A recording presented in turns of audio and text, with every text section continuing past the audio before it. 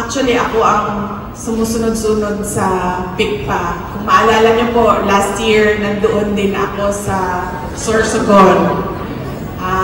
Sinusundan-sundan ko po kayo kasi nandito po yung mga COA auditors.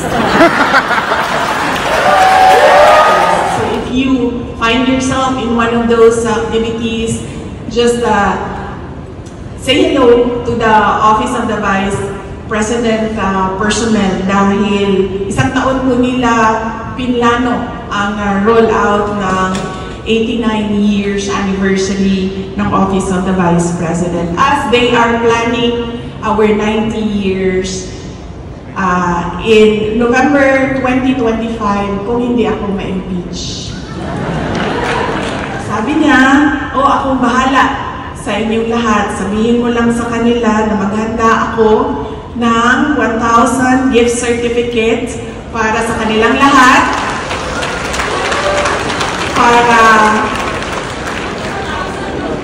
Yes ma'am, 4,000 kayo lahat ma'am. Ang total sabi ng kasama ko, 4.3 million. Hindi po ito galing sa confidential funds ma'am. Mga kababayan, mga kaigsuunan ng Puntabuenyo, ladies and gentlemen, Assalamualaikum warahmatullahi wabarakatuh. Madayaw, maayong adlaw kaninyong tanan. Magandang araw sa inyong lahat. Unahin ko po muna ang aking mga pagpapasalamat. Nagpapasalamat po ako na pinili ninyo ang Davao City ng venue ng inyong 79th PICPA Annual National Convention. Maraming salamat po sa suporta ninyo sa lokal na ekonomiya ng Davao City. At nagpapasalamat din ako sa inyong imbitasyon sa akin na dumalo sa inyong convention dahil nabigyan ako ng pagkakataon na umuwi sa aming bahay dito sa Davao City. Na-miss daw ako ng aking unan, sabi niya sa akin kagabi. At ang pagsunod na pagpapasalamat ay mula pa rin po sa akin. Nagpapasalamat po ako sa patuloy ninyo na suporta sa mga programa at proyekto ng Office of the Vice President. At ang susunod na pagpapasalamat ay mula po sa aming pamilya, ang pamilya Duterte. Napakalaki po ng utang na loob namin sa inyong lahat, mga kababayan namin, sa pagkakataon na ibinibigay ninyo sa amin na makapagsilbi sa ating pamahalaan. Maraming salamat po sa inyo.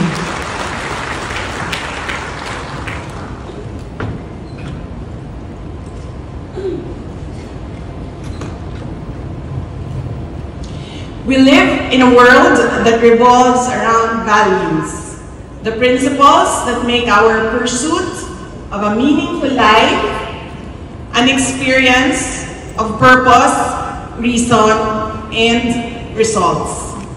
They are the foundation of societies, and civilizations were molded from the values that dictated the extraordinary evolution of humanity, our culture, and of course, our faith.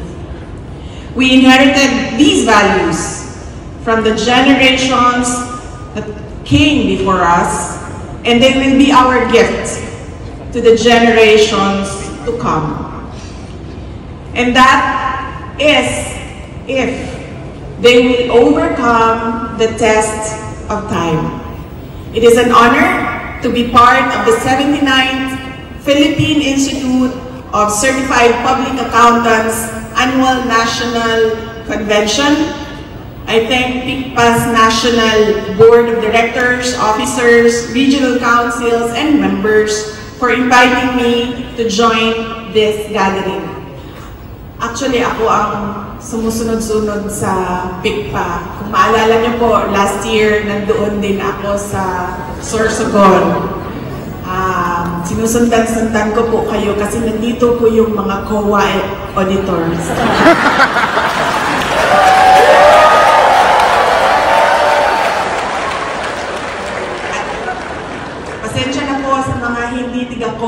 pero nakalock na po lahat ng mga pintuan. Hindi na po kayo makakalabas lahat.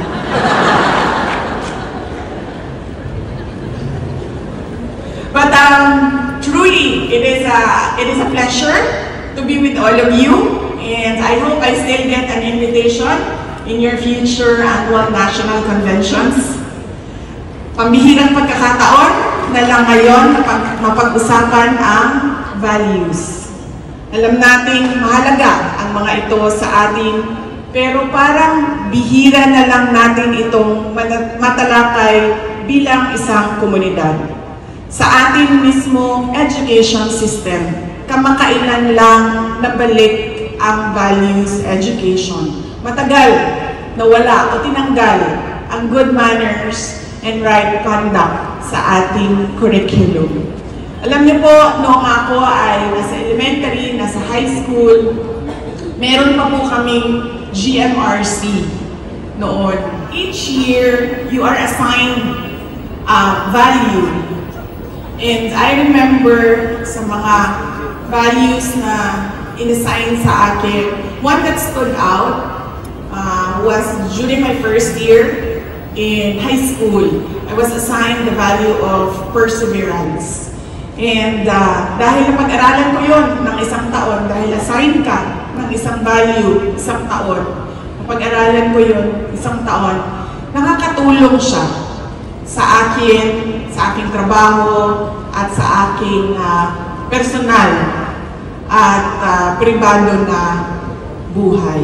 Kaya mahalaga na matutunan natin, hindi ngayon lang kung kailan tayo ay accountants na, kung kailan tayo ay mga abogado na, kundi doon sa simula, 1, 2, 3, 4 years old. Alam nyo, lagi natin sinasabi ngayon, iba na yung kabataan ngayon. Lagi natin naririnig yan.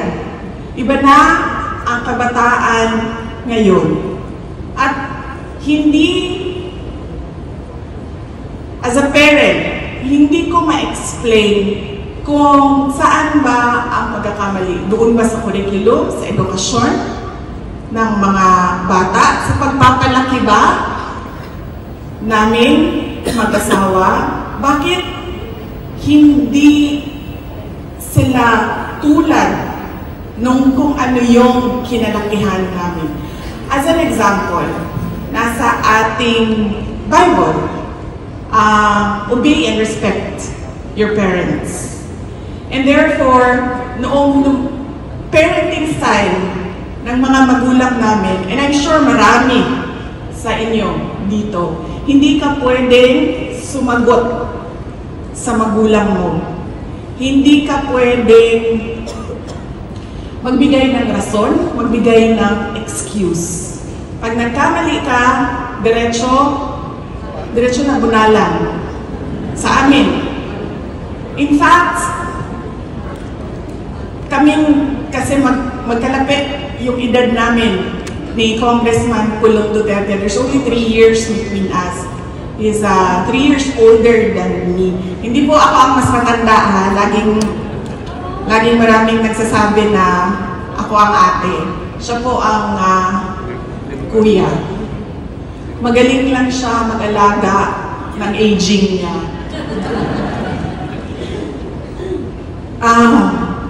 Kanakuway ba? Unsa na sa Tagalog? Ratan. Ang mama namin, merong ratan. Stick. Na every time there is wrongdoing, every time there is mischief, na normal naman sa mga bata, being naughty, kasi hindi pa nga nila alam kung anong right or wrong, with no question, hampasin ka talaga.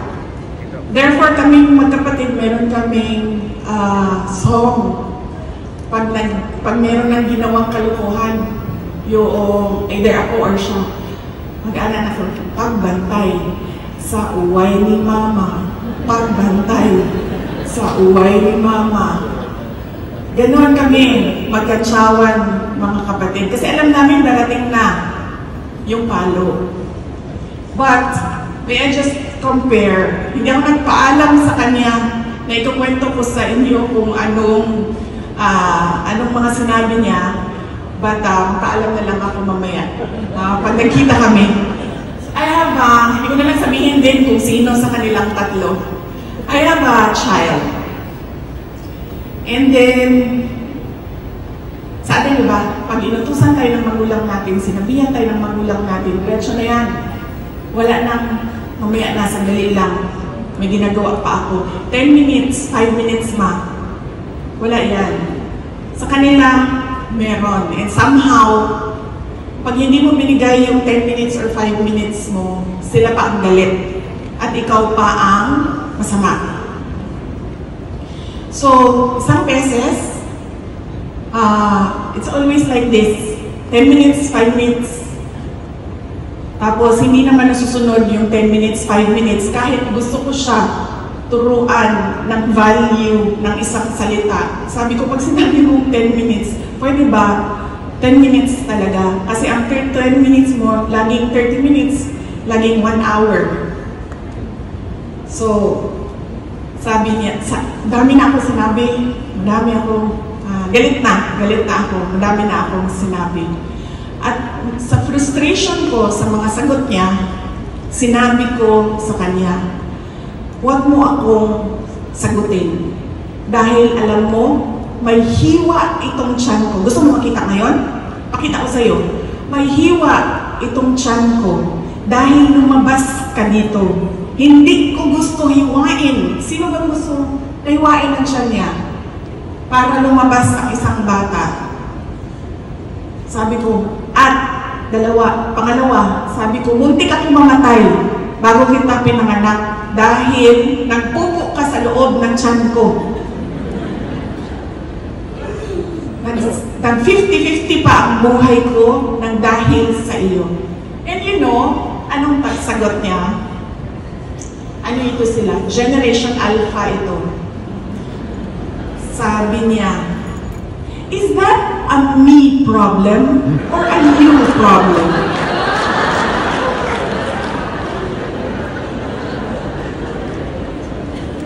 Napaisip naman ako, bastos nga itong bata na ito dahil wala ito sa obey and respect your parents, pero hindi naman niya sinabi na ipanganak mo ako, magbuntis ka dyan, mag-asawa ka at So, yun yung hindi ko alam bakit nagbago yung values from the 1970s, the 1980s to the year 2024.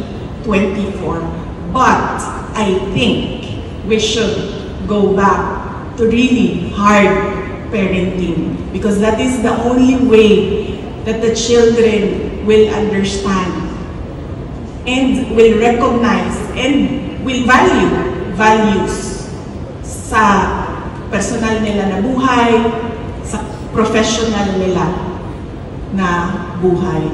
We should start young and we should continue on until we let them go and become their own persons in this world. In a world where values are often challenged or threatened, it is essential that we, as duty bearers, stand firm in our commitment to uphold the values that will help us shape the future of this nation. Ladies and gentlemen, PICPA's recognition as a 5-time outstanding accredited integrated professional organization by the Professional Regulation Commission speaks volumes about your commitment to ethical excellence and integrity. And of course, leadership.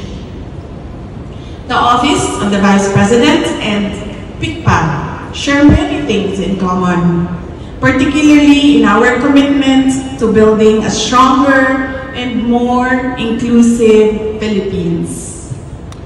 Like PICPA, the Office of the Vice President is deeply committed to strengthening financial systems and ensuring good governance. We have been diligently developing and implementing sound financial policies and procedures to improve government efficiency and effectiveness. We believe in transparency and accountability, and we adhere strictly to the Commission on Audit's reporting guidelines.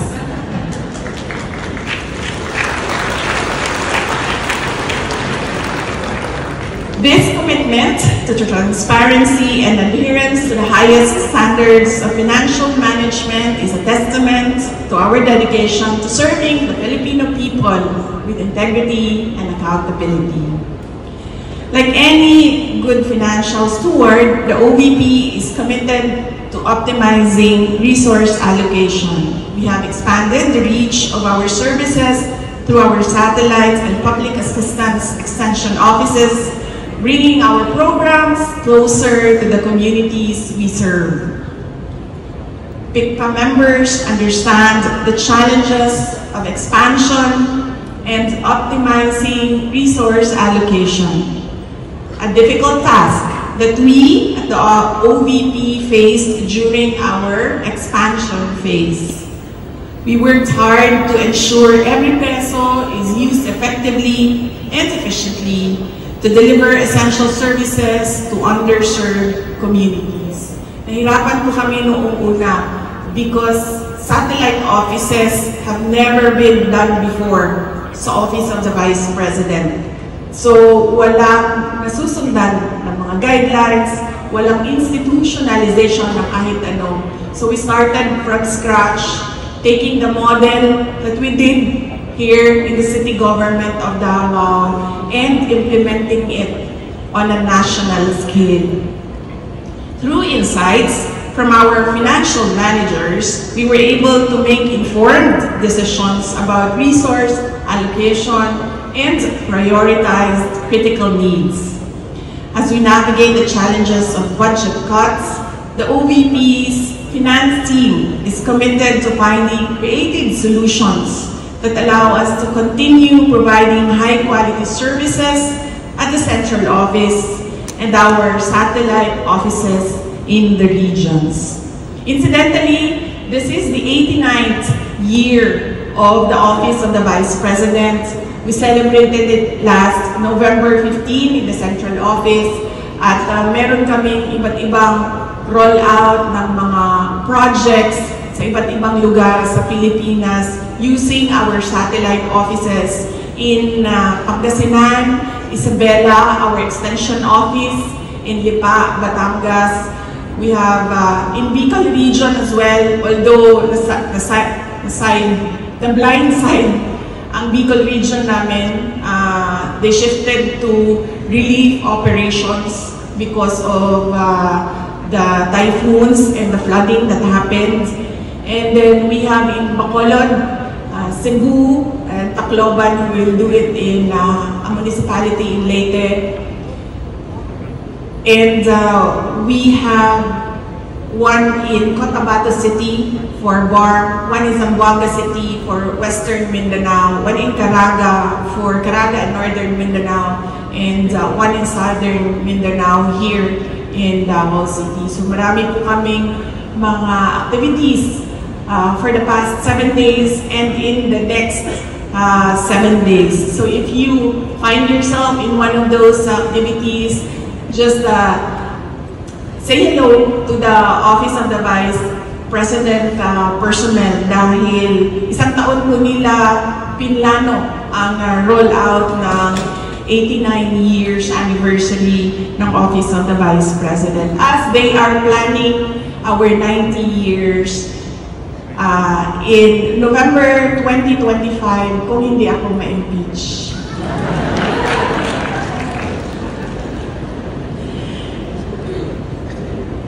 The OVP is committed to empowering marginalized communities and fostering inclusive economic growth. Our Magnegosyo Tanday program provides grants and entrepreneurship training to individuals and groups from sectors like women, LGBTQ, persons with disabilities, farmers, and fisher folks. Ang Magnegosyo Taday program, this was crafted here in Davao City. Uniqueness, or hindi naman unique dahil marami namang mga ganito na mga entrepreneurship program ng Go Negosyo. But the difference between this program and other parang livelihood grants of other government offices is that in the Magnegosyo Taday, you are really required to sit down for training on how to conduct a business. Dahil sa experience namin noon, panahon ko, when I was mayor, lalapit sa amin, hihingi kami sa DOLE ng livelihood grant, bibigyan ng DOLE ng pera, and that's it. 10,000 and then ubus na siya sa pagbayad ng utang, hindi marunong mag-rolling ng kapital yung mga individuals asking for livelihood grants. So gumawa kami, we crafted a program na the first requirement is you have to commit to sit down to training para hindi nauubos yung kapital sa maling pagpapatakbo ng negosyo. This program goes beyond financial assistance, offering a suite of training that includes essential financial literacy and management skills. We believe that by equipping individuals with the knowledge and tools to manage their finances effectively, we can help them build sustainable businesses and contribute to a more equitable economy. PICPA's expertise in financial management and accounting makes you ideal partners in this endeavor. In fact, makes you a valuable partner of government. Mentorship with PICPA for our MSMEs could provide valuable guidance on financial planning, record keeping, and business management practices, helping our aspiring entrepreneurs navigate the challenges of starting and growing their businesses. I'm sure you know that many micro and small enterprises fail dahil yon lagi because they lack financial literacy on how to run their micro and small businesses. By working together, we can ensure that the benefits of Magnegosyo Taday reach even more individuals and communities, fostering a more inclusive and prosperous Philippines. A nation without strong values is a nation on a wetland, weak, shaky, and unsteady. Tandaan natin na meron tayong kapangyarihang magtakda ng ating kinabukasan bilang mga Pilipino. Tayo lamang ang makakagarantiya ng kinabukasan ng ating bansa. Together, let us fortify the values that we hold dear, instill them in our children, and practice them in our own lives. Let us build a nation where values pave the way for a future of inclusivity and opportunity for all Filipinos. Mga kababayan, before I end, naging mayor po ako ng siyudad ng Davao. Noon, nung panahon ko, we targeted, what do you call this, MICE, meetings, incentive travel, conferences, and exhibit. Yun ang target market ng city tourism office namin. And madami na akong mga convention na naatenan.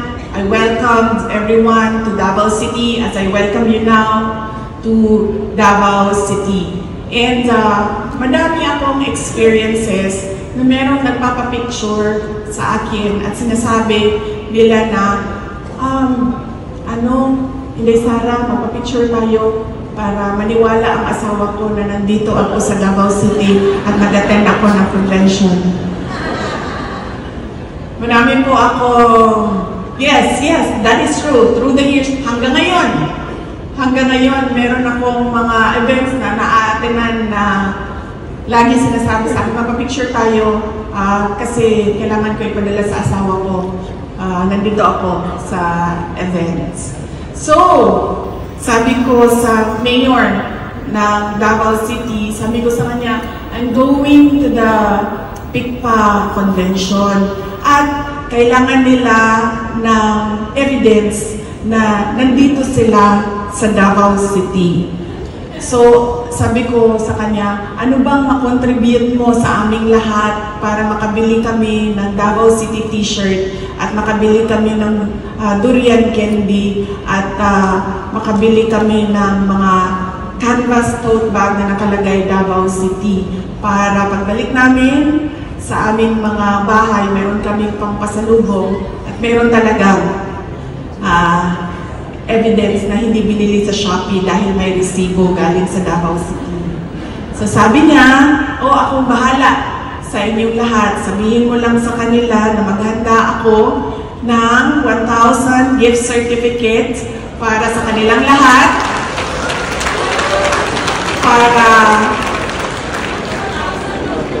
Yes ma'am, 4,000 kayo lahat ma'am. Ang total sabi nung kasama ko, 4.3 million. Hindi po ito galing sa confidential funds ma'am. Huwag ka mag-alala.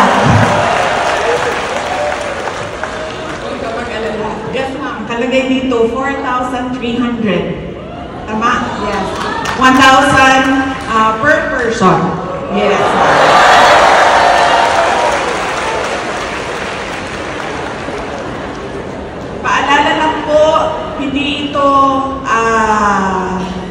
Hindi ito pambili ng sigarilyo at beer doon sa mga malls.